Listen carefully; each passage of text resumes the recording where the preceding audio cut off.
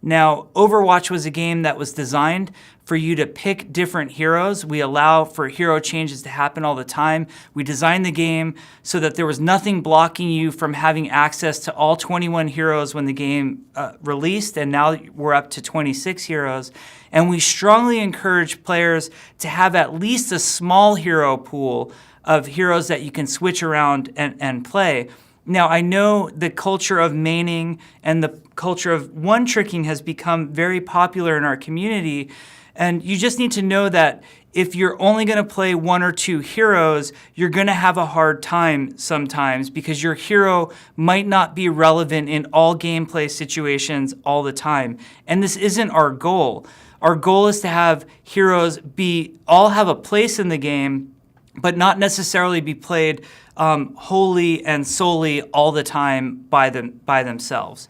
I believe that super highly skilled players can pull off something like that occasionally, but just be careful. You might be damaging the experience for yourself, and you might be risking the experience for your teammates as well.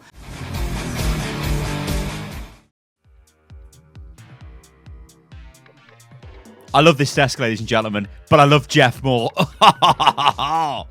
So there you go, right? That is Jeff saying, guys, please flex. Please don't just be a one trick and expect to, well, become amazing, right? Because I think what's going on, guys, is... So, right, this is a very touchy subject. Hang on. This is a very touchy subject, right? Also, this desk is dead good. I mean, I can't... Like, look at this. Like, I can literally... Well, I could stand up, but the camera won't move. Look at that. That is awesome. Anyway, Jeff, right? He wants you to flex. I want you to flex. I made a video probably 2 years ago now. My God, is it that? I think it's like 2 years ago. And it was talking about maining. And it's like, yeah, it's fine to main a hero. It's fine to kind of almost one trick a hero. But you need to be able to flex based on what your team require. There are a lot of players out there that simply do not do this. Now, what makes this very interesting to me that Jeff would even say this in a developer update video, because he's literally saying, guys, please try and build better team comps. That's what he's saying here. Don't just go, I'm just going to play Bastion all of the time because, well, whatever. I like Bastion, so you guys are just going to have to deal with me. What happens with those picks, and I've covered this to death, but I mean, the Bastion example, let's just roll with that. So what happens with the Bastion is, it works on certain maps, like it'll work on Junkertown, but it's not really going to work on Lijiang Tower, right? That's the problem. But the Bastion player will just carry on playing on Lijiang Tower. You remember, I actually spoke to the guy who was like a die-hard Bastion one trick, and he said, hey, I just like playing Bastion, which is fine. But what about those other 5 people on your team? Like, you completely disregarding what they think. This is really interesting, though, that Jeff would say this, because this kind of says to me that they really don't want to introduce a preferred role selection queue, or even like just a straight-up role select, like I'm going to play a tank, I'm going to play DPS, or whatever, and then build a team through that. It's almost like this is the last vestiges of, guys, please, guys, work together and build a proper team. If you can't do that, then we'll have to take action, but we really don't want to do that. I am heavily reading in between the lines there, and that might not be what Jeff is trying to say. I mean, like Jeff did say, there are instances where extremely skilled players who are one trick, so they just play one hero and that's literally it, can be very good. Like, you look at heroes like Widowmaker, there are some very notable Widowmaker players. There's other heroes as well, like Tracer. The problem with Tracer, and Tracer's a very interesting one to talk about, and Soldier to some degree, but Tracer more so, is Tracer works in every team comp all of the time. So when Jeff says, actually guys, we want the game to be not this game where you can just play one hero on every map and that's fine. We want there to be fluidity to your hero selection, to your team comps, to what the enemy are doing. We want you to change your team and back and forth and all of that stuff. Tracer is the major anomaly, and obviously Mercy is the anomaly right now, but we know Mercy is going to get nerfed, so her usage will drop down. But Tracer is playable in every single comp all of the time, just because of the nature of the hero. Soldier 76 is very similar to that as well. You can say Orisa is kind of approaching that in a way. Roadhog, possibly. There's a lot of different heroes that have got more usage than other heroes, or they are more easily used. Now, this is always going to be the case with Overwatch. Jeff, in this developer update video, speaks about Mei. He speaks about how Mei isn't really played. He speaks about Symmetra as well in the same sort of tone.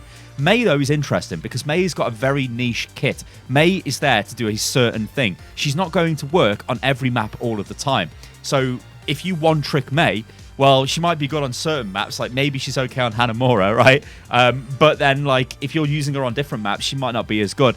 And that's where the problems start coming in. And that's where the toxicity starts getting sort of generated in the community. And I think this is almost like a little mini charm offensive from Jeff, because let's be real here, Jeff is the face of Overwatch. So if Jeff says something, a lot of people will listen. Yeah, I say, guys, try and flex. That's what I try to do when I play Overwatch. And then, you know what, guys, this is literally a fact. I win more games when I flex. Am I having fun doing that all of the time? That's debatable, because some days, like let's just say today, all I want to do is play McCree. So I'm going to go in and lock in as McCree, but then 3 other people pick DPS, and I'm like, okay, well, I've got to flex. In that instance, I will play a tank. But if we lose that game, I'm going to feel a little bit miffed. Maybe I'm going to be like, hey, if we had proper DPS, actually, maybe I could have, and it was me playing DPS, maybe I could have done better. I mean, that might not be the case at all, but this is the way the human brain works. You go into the next game, you're forced to flex again, then you become toxic because other people have forced you to do something. This is a time bomb for Overwatch, and I hope at some point something is done by the developers to just really force this. Like, role select, preferred role queue, yes, we all want these things. Like, I've actually produced a video talking about that in a lot of detail. Like, I think sometimes they can almost look at the game with like, how can I say this? Sort of like the devs look at the game and imagine what it could be, and sometimes not what it actually is. And that's kind of in reference to the fact that we see things like Mercy in the game for as long as she has been with her current kit. Yes, they want to change Mercy. Yes, they are changing Mercy. Yes, they are going to be slow with doing that. But these are, and Anna before that, she was the same. Like, Anna was insanely powerful when we had the triple tank meta. Just every game was tanks because Anna was so crazily powerful. Like, things like that.